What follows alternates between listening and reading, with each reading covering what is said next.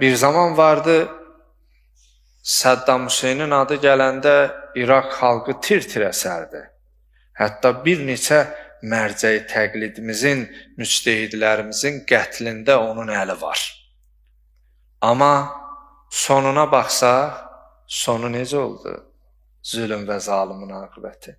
Məyər bunlar elə bugünkü dövrümüzdə olanlara yaxın ibrətlər deyilmi? Yaxın özlərinə görüb yaşadıkları dövrdə sonlarının aqibətlərinin necə olmasından ibrət çıxarması üçün bəs deyilmi?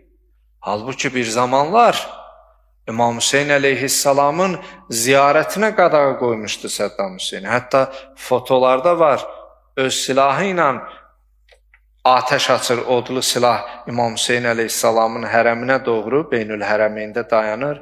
Tank yanında Kamil Hüseyin onun ordu komandanı idi, müdafiə naziri idi dövründə. Atəş açaraq bu sözləri deyir ki, sənin də adın Hüseyndir, mənim də adım Saddam Hüseyin. Adı Hüseyin. Sən güclüsən, mən güclüyəm. Bax, ziyarətə gələn bir kimsəyə icazə vermirəm, qoymuram. Amma aqibətinə bax, çıxanda hardan, çirkab sulardan çıxartdılar, harda tutdular, harda yaxaladılar və sonu nə?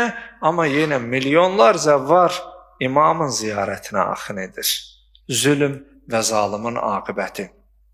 Həmin o Fironun başına gələnlər, həmin o Nəmrudun aqibəti, bu Səddamların, Qəddafilərin aqibəti onun yolunu gedən hər bir kəsin aqibətinə oxşardı, eynidir. Ona görə Allah bizi heç zaman zülm edənlərdən qərar verməsin.